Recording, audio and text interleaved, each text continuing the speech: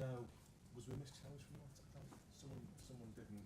Something's malfunctioned, isn't it? There was a missed tackle on the edge of the box. But the worst is everybody got George of the ball. Yeah. So two or three players went out the back. 89 players in the box. 89 players, but they left And three. none of them in the back half of the 6 yard box. 89 players in the box and left 3,000 off. Yeah. And that's 8 including an arm, so 7 I think. Good. The substitutions were good. Yeah. It was bold, wasn't it? Yeah, it just worked for That it. was Smell shocking. it. Three players on, go for it. The lift comes up.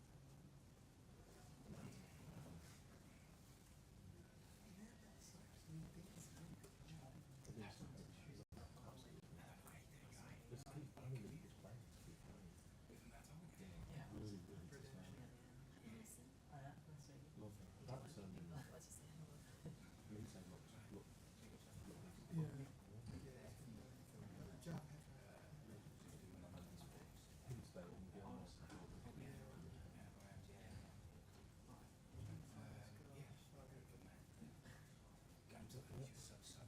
Here it is.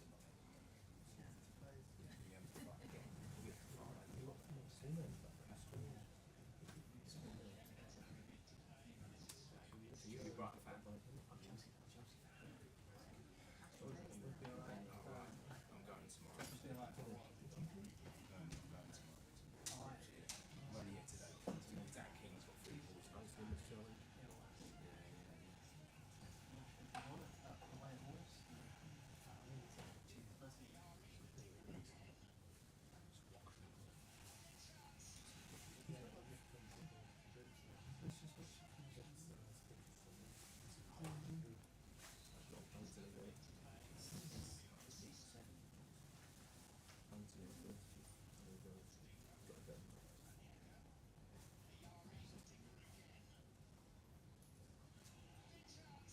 Eight outs. I think there's 9 outfield players in the box.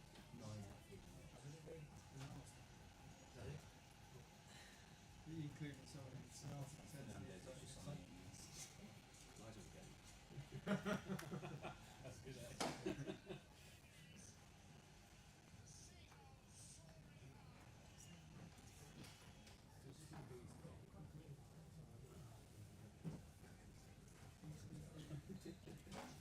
So every outfield player is in the box for the corner.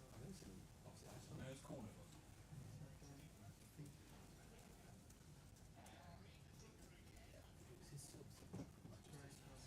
I think it's in Suso.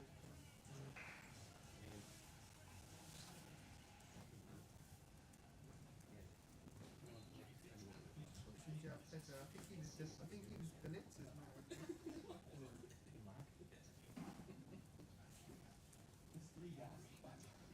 One of them doesn't even need to run. I think he starts as Belitz's man on the corner. If you watch him.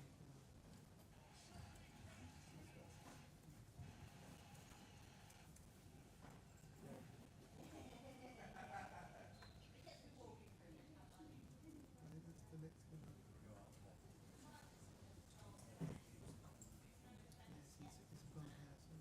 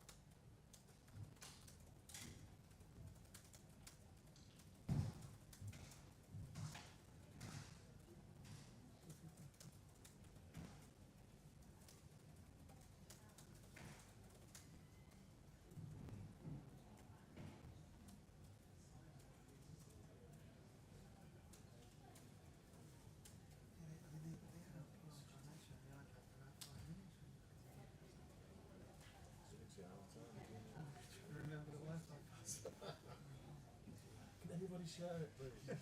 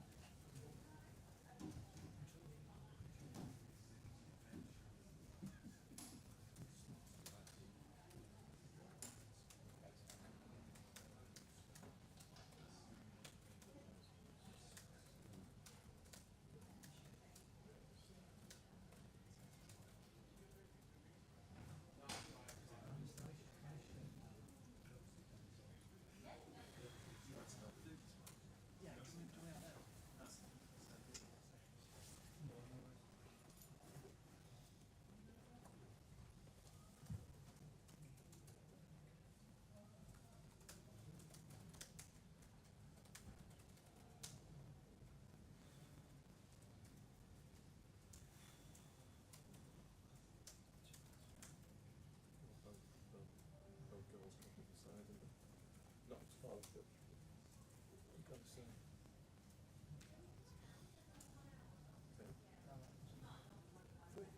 It starts off now.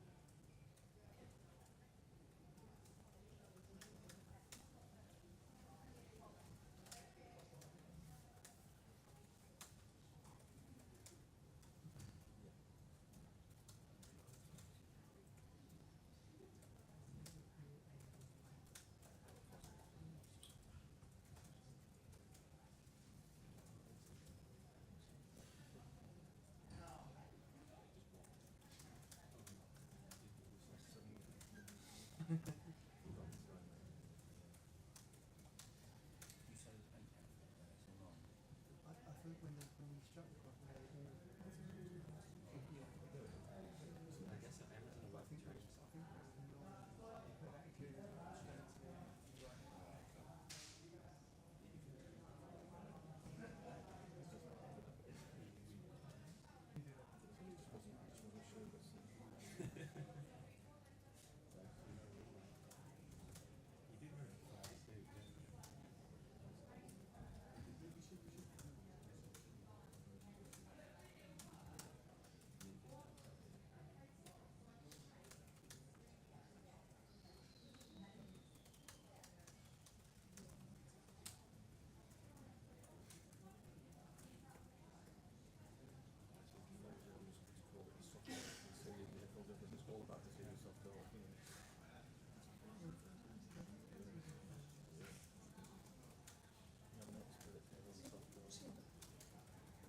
you seen it? It's coming to you, isn't it?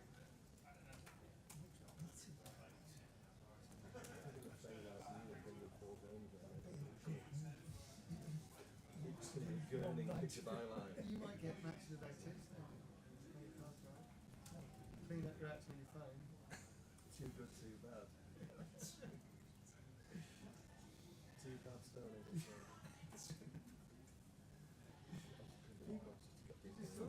What's to do at night turkey if we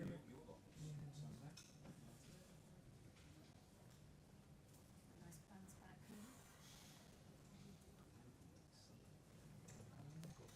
Yeah.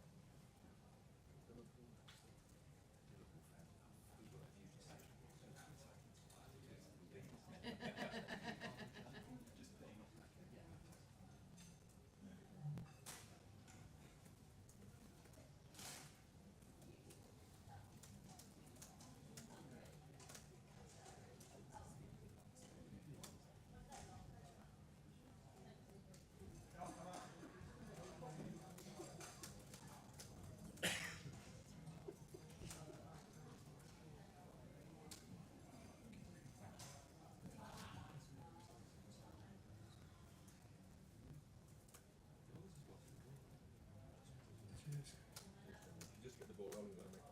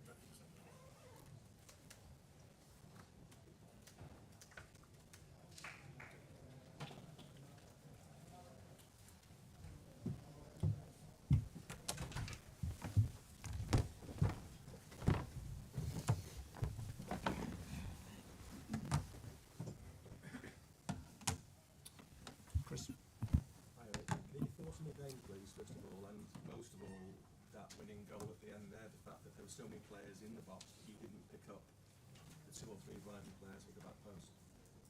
And we didn't stop the cross.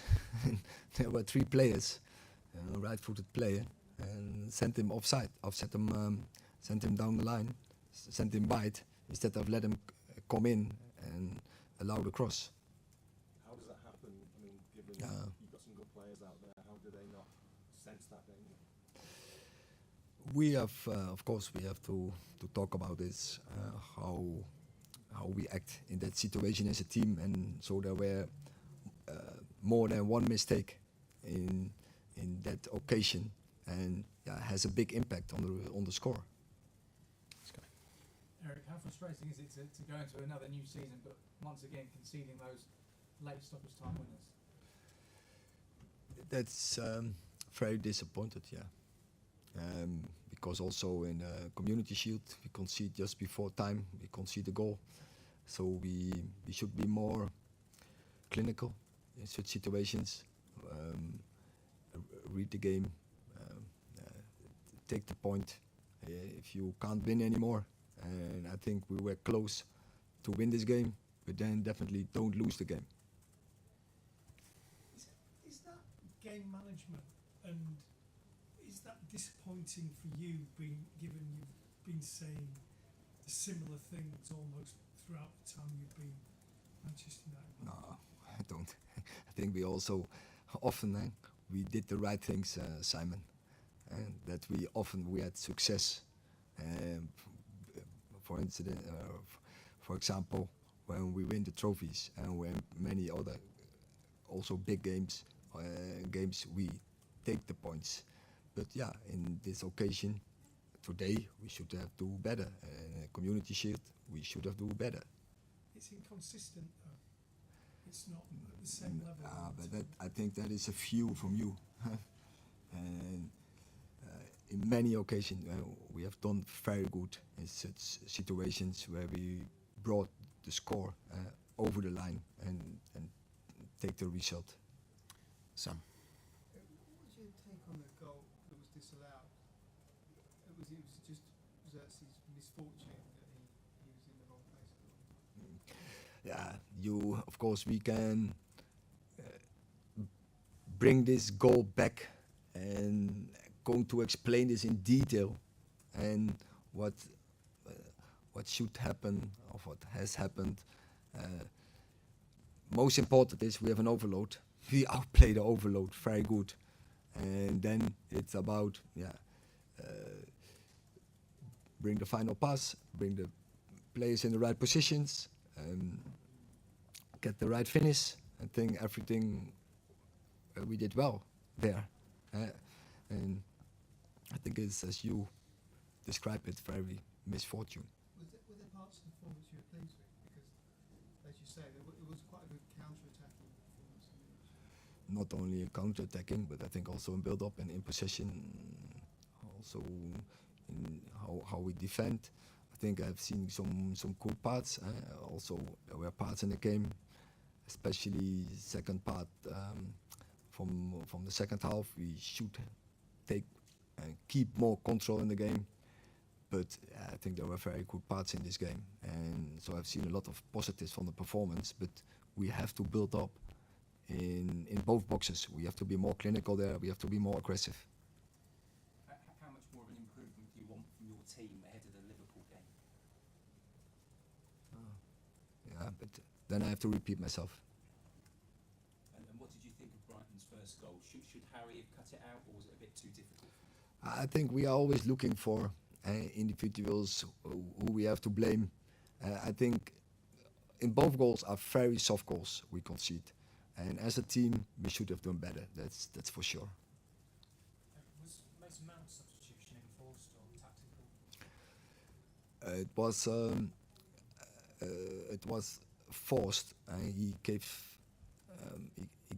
gave an issue. He mentioned the issue, and then I didn't want to take the risk with him.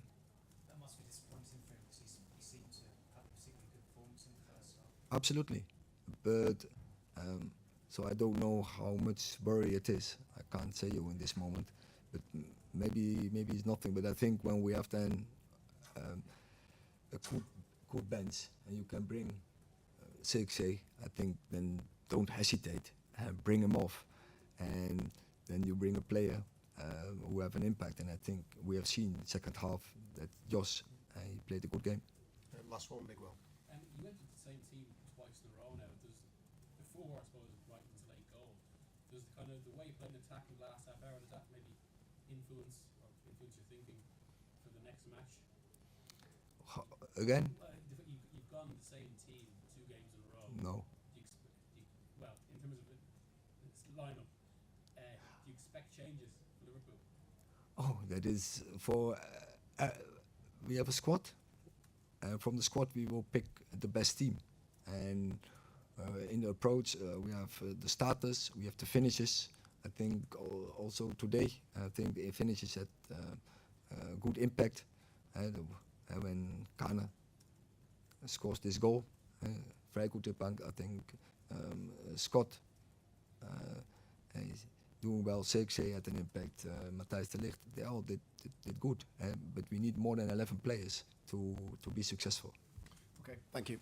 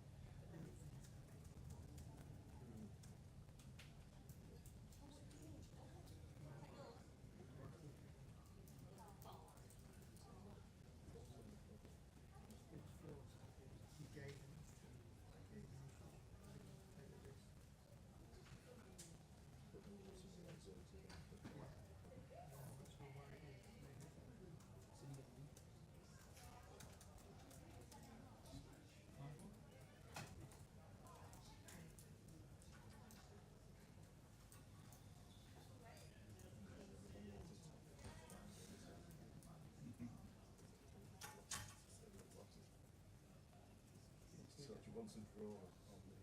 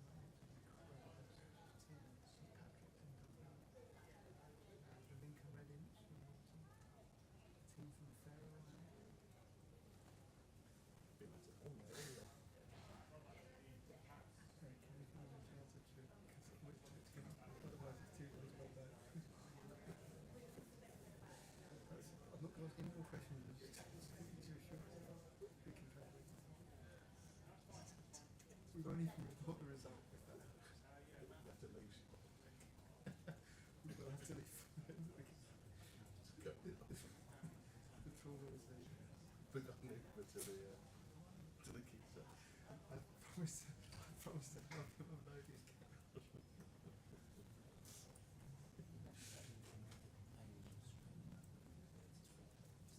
Australia, what's your match? It's a fucking long boat.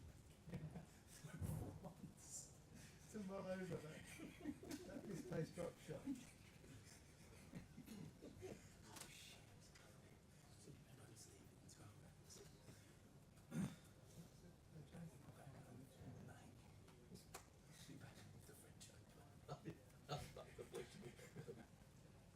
The Pats games on the deck, we used to be moving the ball over the side.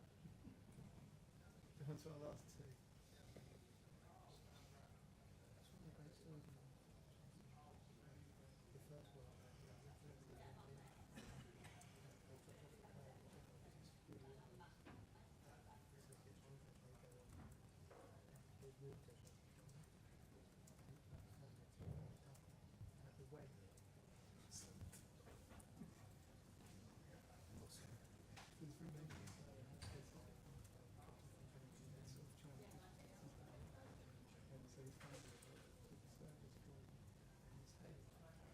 stories of the first one. His mother face. That's in the game. We're having a World Cup and can't get there both ways. It's a big shout for him.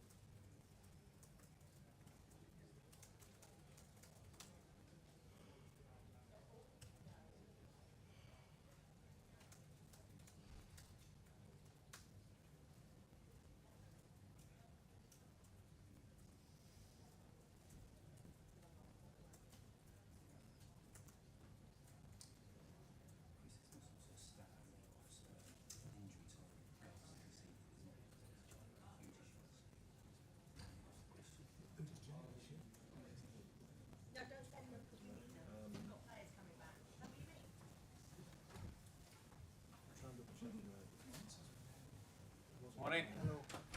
Oh, good afternoon.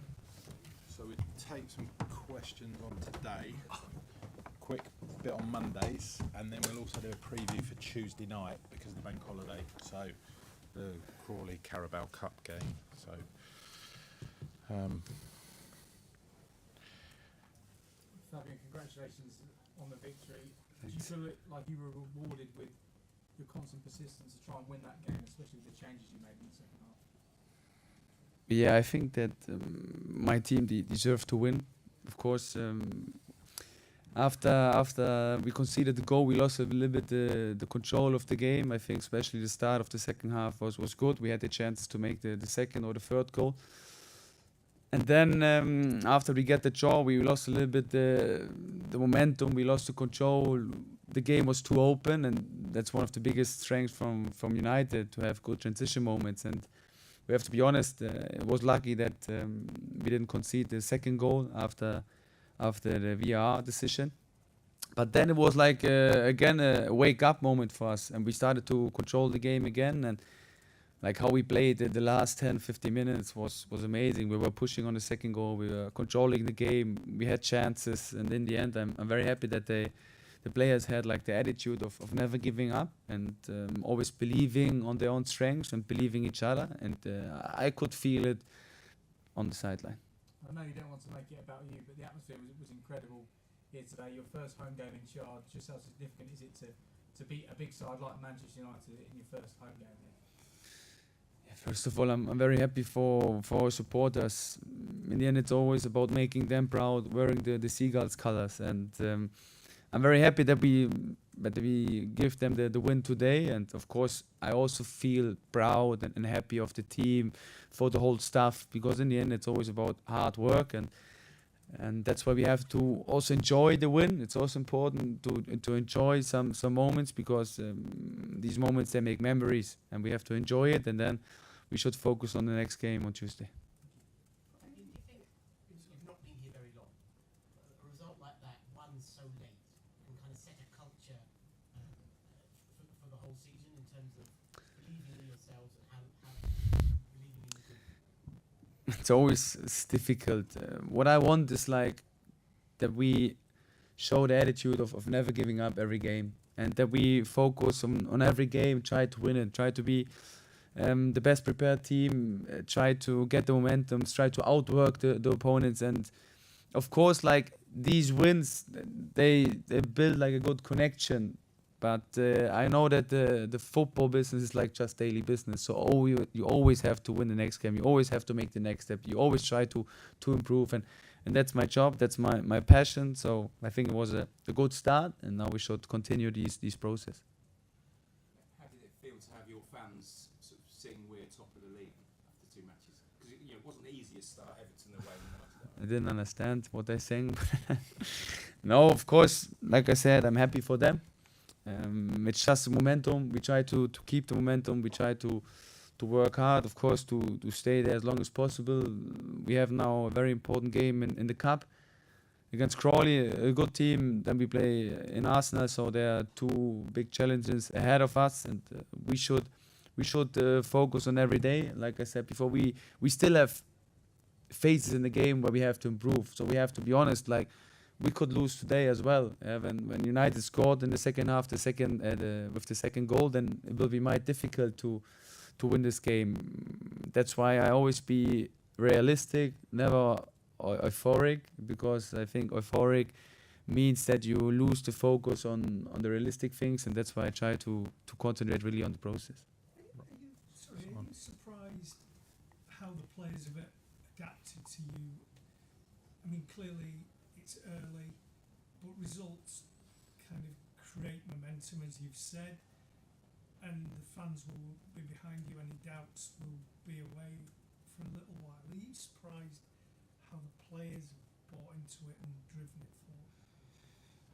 Not surprised, because I see them every day working. I see what environment is at the training ground, an environment where everyone enjoys the work, where everyone it feels like a little bit like a community, like a family, not like a football club, and everyone is into it, is buying in it. And that's why I'm not surprised, because they all have like great characters. We have great values in the club. The only thing what I try to do is like continue building on the foundation what is built in the last recent years, because the success from the club in the last years is massive, and that's why I don't try to change a lot of things. In the end, I have to integrate myself with my team and try to make the club better and try to give the club the success what they deserve.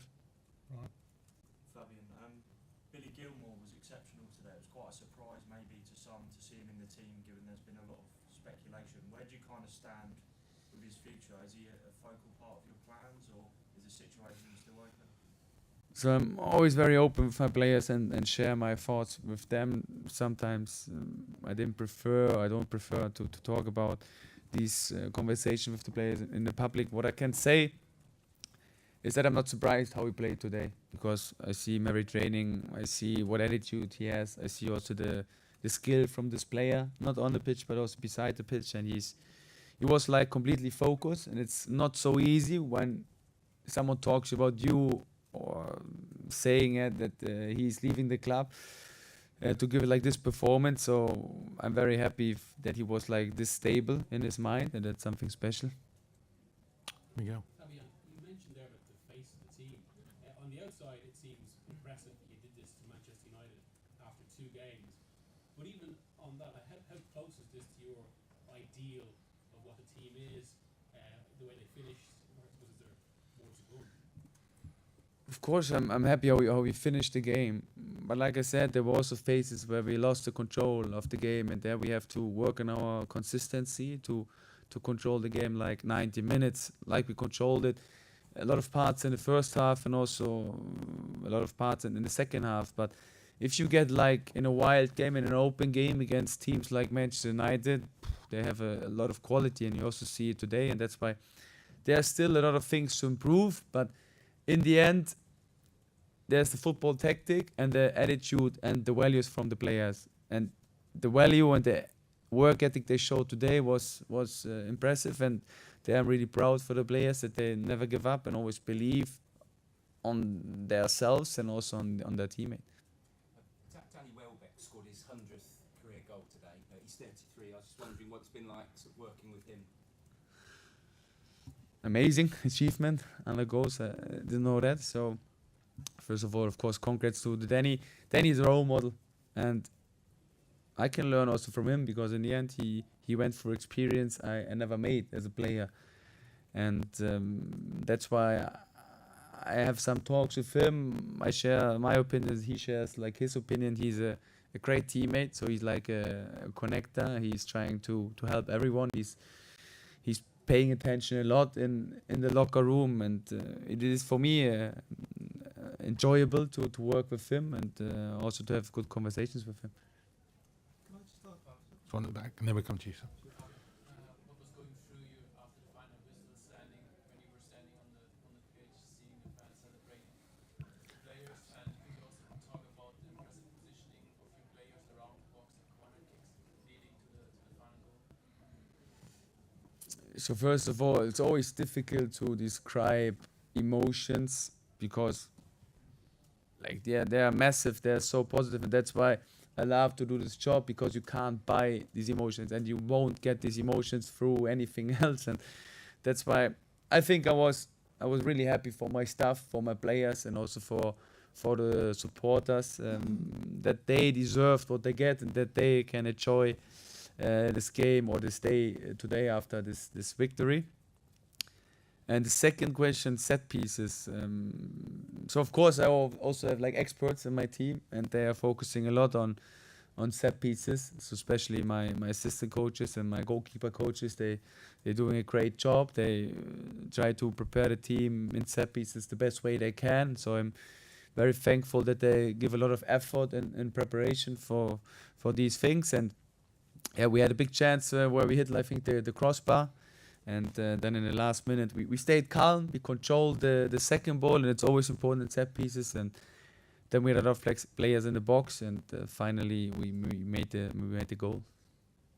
So just to go back to this, Fabian, you mentioned Billy Gilmore, and you said it's difficult when someone is talking about you leaving the club. Is he leaving the club? That's exactly what I said. I don't talk about these situations in the public. He knows my thoughts, because I'm very transparent with him. And I think he showed his value for the team today. Andy? Fabian, this club's going to end up spending around about 200 million in this transfer window, up to 9 new signings, possibly more. You've had 2 wins and you haven't used most of them so far. Yeah. So what do you think the future's looking like from September the 1st? So first of all, you said it, I think, on your own. We don't use so many new signings yet. It means that the players who are here, they already have a good quality, and they build like a good foundation to win games. And now we try to integrate the new players as quick as possible. And we have to be clear that some players need more time, and some players may integrate faster than the others. And that's very important that we give them the time, because in the end the Premier League is is the most competitive league in the world, and they have to adapt, because they came from different cultures, from different leagues, and it's not easy for them. But I'm very confident that we will make it easy for them, because the environment, what is in the training ground, the atmosphere, what is there, the very helpful people in the staff, I think they will make it easy for them, and we try to help them to integrate as quick as possible. you go. Just on that, what's Evan Ferguson's situation at the moment? Is he not fit yet? He came back after a long injury, so we have to be very careful, especially with young players who want to be on the pitch, or want to be back as quick as possible, that we sell them down and that we do it step for step. But he started training with the team, and you already saw why he's here, because he has great abilities and great skills for a striker. Okay, any Mondays? We'll take 2 or 3 for Mondays.